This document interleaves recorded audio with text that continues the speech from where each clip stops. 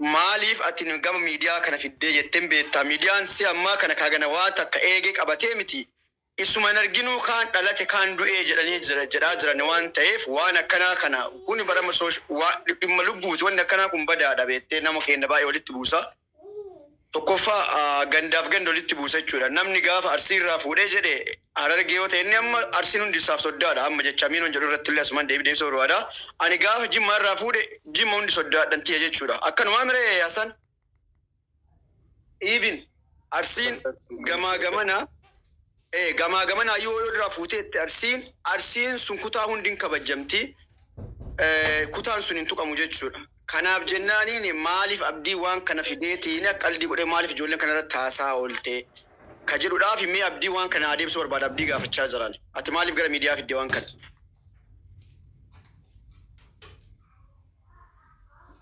Okay, galatoomi. Ayyee. Ani waan kana osoo ol baase baay'ee fokkata suna dhiiftanii wayyu.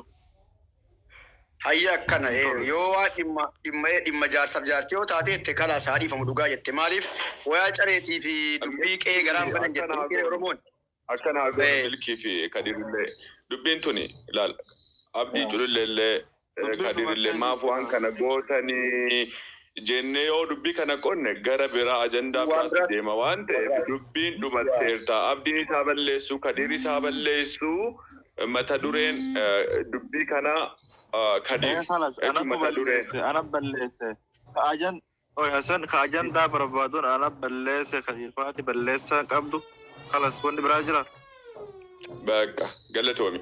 Kana waan ta'eef dubbiin kun osuma irratti dhaabbatee ajandaa biraa haasoftanii Kadir kiyya atillee dhimma kana osoo irratti dhaabdee dhimma biraa irraa haasoftee wanna balleessiteef haasoo kiyya laal akkasiin baraan amma abdiilleen situ balleesse dhiifama gaafadhu jechaan hin jiru ansii galee abdiilleen waan irraa wanti juumi ammoo garuu waan takka jira laal abdiin an akka kiyyatti jechaadha bakka itti na duraa jarjaree jira. Ani sitti balleessee maaliif dhiifamallee gaafatuu hin qabu. Garuu immoo waan irraa dhiifama gaafateef Allahu aalam isatu beeka.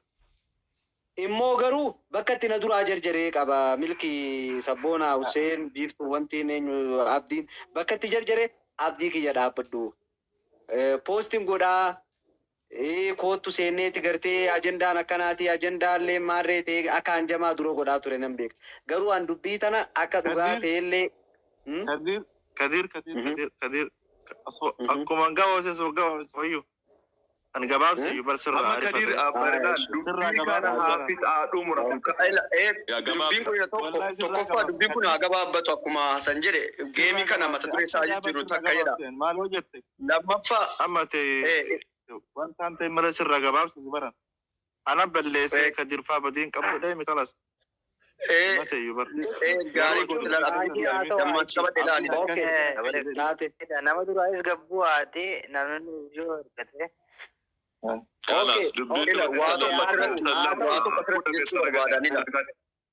Deegaa tokko mee carraa naa kenna. Anoonni jechuu barbaadu. Kanas ta'e sanis ta'e nama Kadir jedhaan jiru, Abdii jedhaan jiru, Hasan jedhaan jiru. Garuu akkuma aadaa qabnaa nuti aadaa qabnaa safuu qabna wantummaan kaminuu haa ta'uuti. Yoo wanti wayii dhalatee jedhe please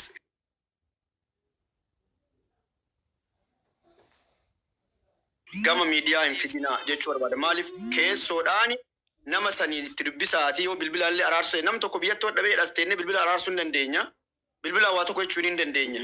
Yoo even namni achi hin jiraanne ta'e jechuudha nama dhiyaatu yoo ta'e jedhe jechuudha. Garuu gama miidiyaa dubbiin dhufee yoo jedhe baay'ee babal'ataa nama baay'ee walitti buusa waan ta'eef kanaaf abdiilee kanarrallee hin laaliniiti waan tokko gara miidhaa. Amma erga dhiifama gaafatte milkii kiyya waan wayin jechuun barbaada. Viidiyoo sanillee kaasii jennaan lakkii hin kaasuu jedhee beekte viidiyoo sanillee kaasii jedhiin haasoo'atillee jedhiin.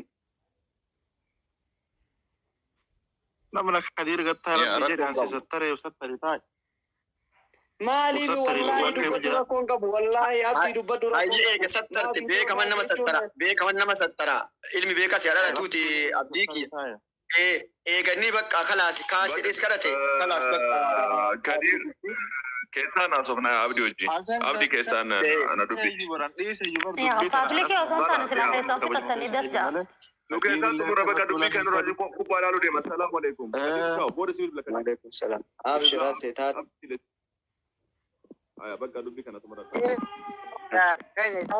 Malee andiisa iyyuu waan badaallee waa postiin goone. Ila laala dhaggeeffatu.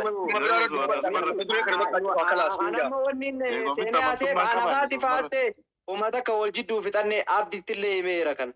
Uummata akka waan waassollee dhageera yeroo san. Anaafaati faatee waa takka wal jidduu fixanneerra yaani jechuun wanni ani itti balleesse yoo jiraate wanni anaaf isi jidduu jiru ittillee himeera xumurameera. Akkamitti xumuramee yoo jettan akkuma isinii jedhe anaafi naafiidha ka wal lole. Rakkoon kanu jidduu jirullee anaaf naafii ture. Dhageessanii? Anaaf naafiidha namni wal lole. Kana ammoo haadha faatee dura wal lole. Akkuma beektan abdiilleen osoo beekuuti. Naafiin osoo haati faateen dhufin ture arsii turte. Arsiin turre abdi.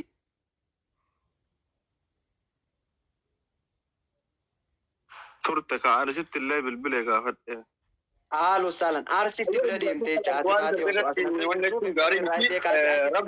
achirraa waliin kaleessa moo kana waliin dhufan jechaadha. Okay, kaleessuma dhufan isaan.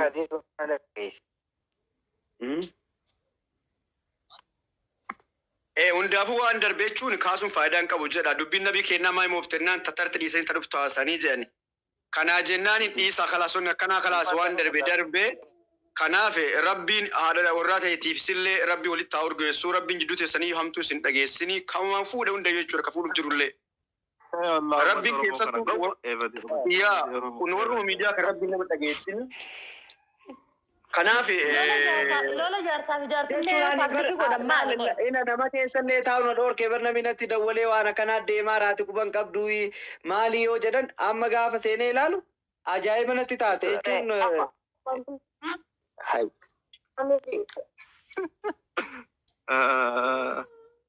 Miskiina wallahi lazim.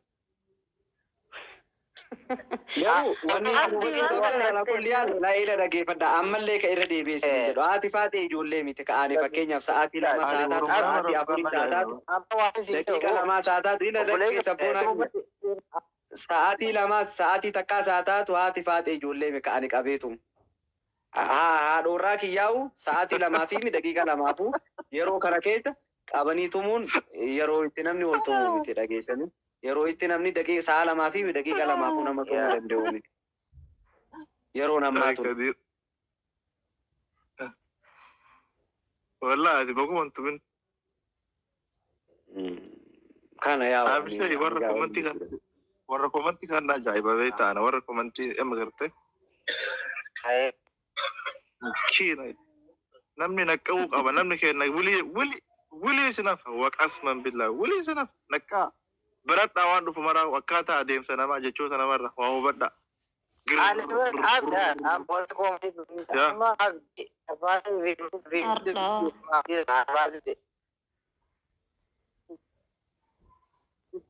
Sabboonaa hin jechete sagaleen kan hin jechete sabboonaa. Sagaleen kan Garuu Abdii ijoollee maal balleessite? Amma hayyisa dhiifama gaafatteef maal balleessite? mee waan tokkoon si'a. Samana kana kutaa sadii kana sagaleen dhagahamu ana balleesse jedhanii mira xayyibe abdi ayna balleessa narraa mul'attee mira rakkoo waan qaboo dhiifama gaafadhe. No, amma inni viidiyoo sana akkanarraa haastu ammas viidiyoon sun maaliif achirratti maxxanfamee si gaafate deebii maaliif dhiifama na gaafattaati na hin balleessine ati natti hin balleessine badii maal qabattee dhiifama na gaafattaa siin jaa jira inni. Ani yoom isa gaafadhe warra fakkeenyaa fi isa badii qaba yookaan warrumaan dhimma kana hoo kagaffete abdi jettanuu dhiifama siin gaafadhe bara. Ani garuu osoo amma fakkeenya waan jirtu hime mungkin isin dabbaruu danda'a isallee haasuu danda'a waan ta'eef akkasumatti balleessaa fudhachuun haa wayyan rakkoon qabu. Wooma jiru hundaa ulaala abdii keenya silaa wanni lolli jaarsaa jaartiti siin paablikii ta'uu hin qabu loluma hundinuu yoo paablikii ta'e bakka bargan maafu namni akkamitti jiraatu hin qabu namni akkaataan itti namni wajjin jiraatu gana ulfaataadha. Wanni hundi ul paablikii ta'uu hin qabu isin namni paabiliin faam gisee hunda asirratti wal baasuun qaanidha waan jiru hunda keessaa fixadha wallaahi.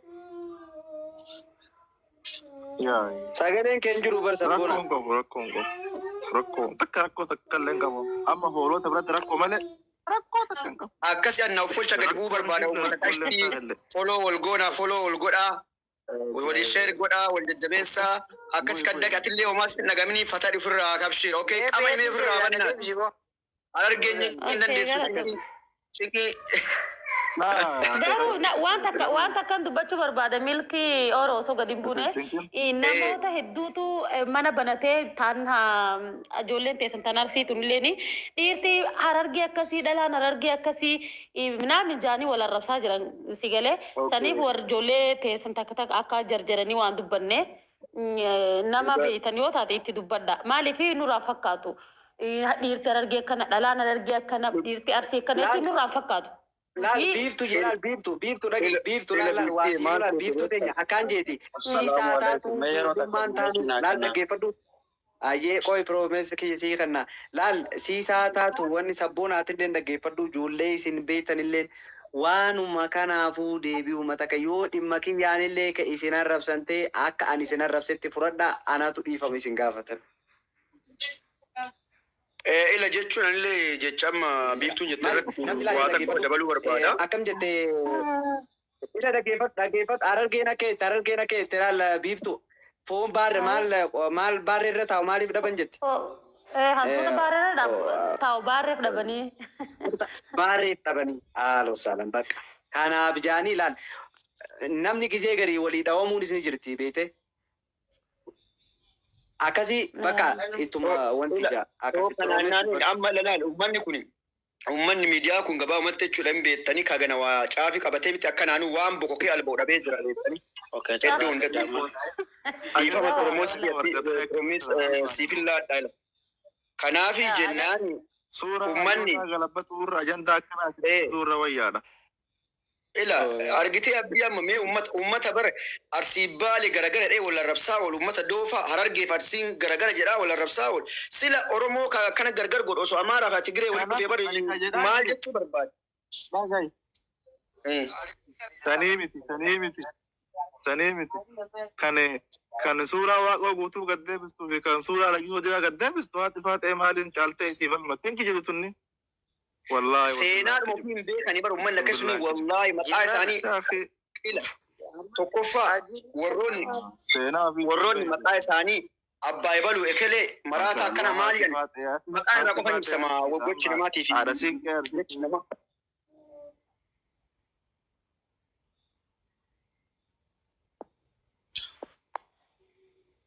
kana jennaaniin please kanaafuu hundumti keessan warroon amma jala jirtan jechuudha.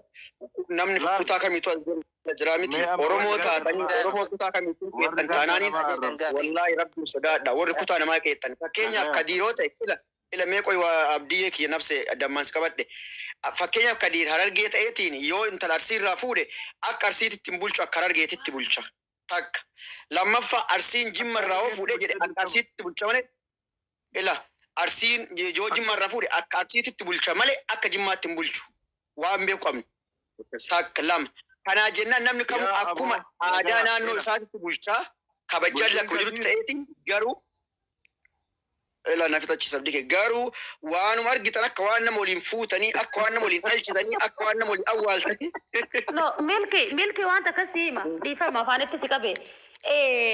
Kadiir akka harargeeteef akka harargeetti bulchuu hin danda'u nama tokko akka mataa isatti bulcha namuu adda qaba waan ta'eef nama amma yaanni harargee guutuun tokko miti namuu adda qaba. Ayinoo nan beeka jechuun kan gogaa jechuun akkuna jechuun fakkeenyaaf aadaan nama naannoo tokkoo ila waladda. Akkuma ofii beekutti bulfataa jechuu barbaadeeti fakkeenyaaf anammaa akka bakka biraa hin danda'u guyyaa keessa akkuma harargeen abbaan kiyya ummaatiyya bulfatuttiin bulfadha malee yookaan akkuma ollaaniin warriin keessa dhaladhu bulfatuttiin bulfadha malee akka bakka biratti bulfatuu hin danda'u.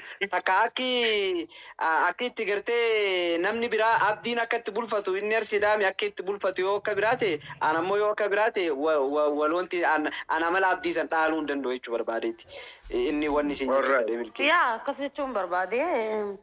Tokko kana lama immoo namni ispeeshaalii yeroo ammaa kana jechuudha zabara kana namni laayif wal fakkaataa jiraata namni baratee jira wanni guddaan jaarsaaf jaartii wal dhabsiisu baay'eellee hin jiru wal bashannansiisu yeroo walii kennuudha. Kanaan ala waan biraa tokkuma waluma fakkaata bultiin nama hundaatu akka duraa namni baay'ee baadiyaa jiraate horii eegi re'ee eegi dhoqqee hariin jedhaniin namni hundinuu magaalaa jiraatu waan ta'eef kabee jirullee zanafa ta'ee waan tokko fayyadama waan tokkoon jiraata.